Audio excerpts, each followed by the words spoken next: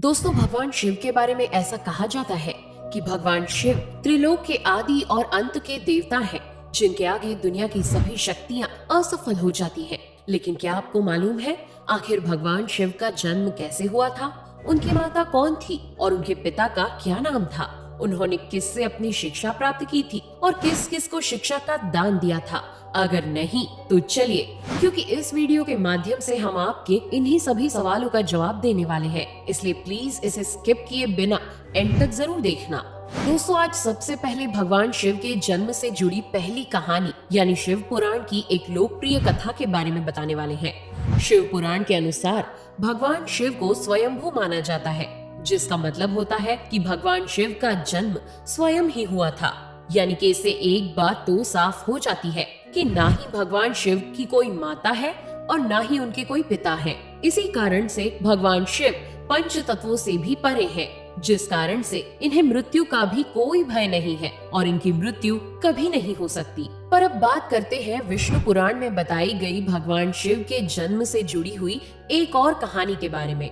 विष्णु पुराण में बताया गया है कि भगवान विष्णु के माथे से निकलने वाले तेज के कारण भगवान शिव की उत्पत्ति हुई थी और उनके नाभि से निकलते हुए तेज से कमल पर विराजमान ब्रह्मा जी का जन्म हुआ था। मगर दूसरी ओर भगवान विष्णु के जन्म के बारे में शिव पुराण में बताया गया है कि एक बार की बात है जब भगवान शिव अपने घुटने मल रहे थे और उनके घुटनों से निकलने वाले मैल से भगवान श्री विष्णु जी का जन्म हुआ था। पर अगर ऐसा हुआ है तो विष्णु पुराण और शिव पुराण एक दूसरे से बिल्कुल अलग हैं। इस कथा के अलावा भगवान शिव के जन्म की एक और पौराणिक कथा काफी ज्यादा पॉपुलर है, जिसे शायद आपने बड़े बुजुर्गों से सुना होगा।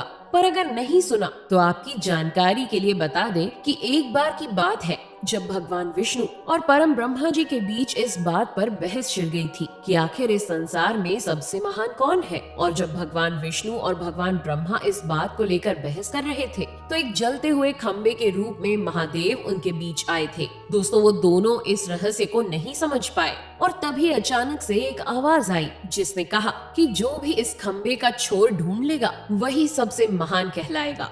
ऐसा सुनते ही ब्रह्मा जी ने एक पक्षी का रूप लिया और खंबे का ऊपरी हिस्सा ढूंढने निकल गए। वहीं विष्णु जी ने वराह का रूप धारण किया और खंबे का अंत ढूंढने निकल गए।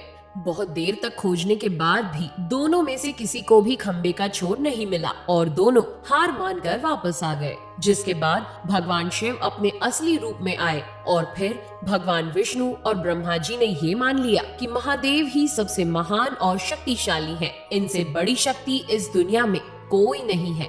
इसके साथ ही शिव पुराण में बताया गया खंबा इस बात को दर्शाता है कि ना ही भगवान शिव जन्मे थे और ना ही उनका कोई अंत है। और एक कारण तो यही है कि भगवान शिव को स्वयंभू कहा जाता है, यानी भगवान शिव का अंत है ही नहीं, वे अमर हैं।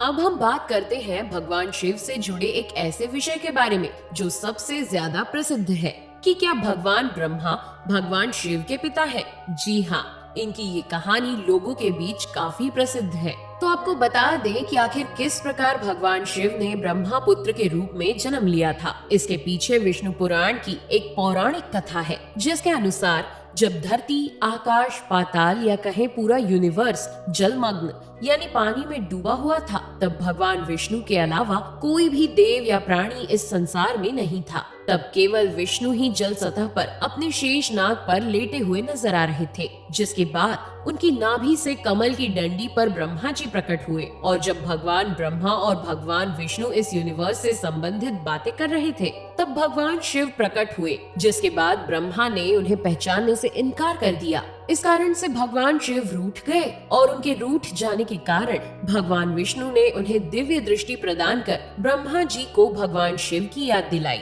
जिसके बाद भगवान ब्रह्मा को अपनी गलती का एहसास हुआ और शिव से क्षमा मांगते हुए उन्होंने उनसे अपने पुत्र रूप में पैदा होने का आशीर्वाद मांगा। जिस कारण से भगवान शिव ने भगवान ब्रह्मा की प्रार्थना को स्वीकार करते हुए उन्हें ये आशीर्वाद दे दिया। लेकिन इसके बाद जब भगवान ब्रह्मा ने इस सृष्टि की रचना शुरू की तो उन्हें एक बच्चे की जरूरत पड़ी और तब उन्हें भगवान शिव का आशीर्वाद ध्यान आया, जिसके लिए भगवान ब्रह्मा ने तपस्या की और बालक के रूप में भगवान शिव उनकी गोद में रोते हुए प्रकट हुए। आपको बता दें कि ये भगवान शिव का एकमात्र बाल रूप है। जब भगवान ब्रह्मा ने उनके रोने का कारण पूछा तो उन्होंने बताया कि उनका कोई नाम नहीं है। तब भगवान ब्रह्मा ने भगवान शिव का नाम रुद्र रख दिया, जिसका मतलब होता है रोने वाला।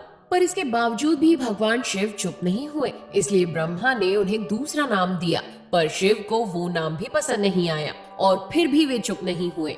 इस तरह शिव को चुप कराने के लिए भगवान ब्रह्मा ने भगवान शिव को 108 नाम दिए थे, जो रुद्र, शर्व, भाव, उग्र, भीम, पशुपति, ईशान और महादेव जैसे नाम थे। और शिव पुराण के अनुसार उनके ये नाम पृथ्वी पर लिखे गए थे।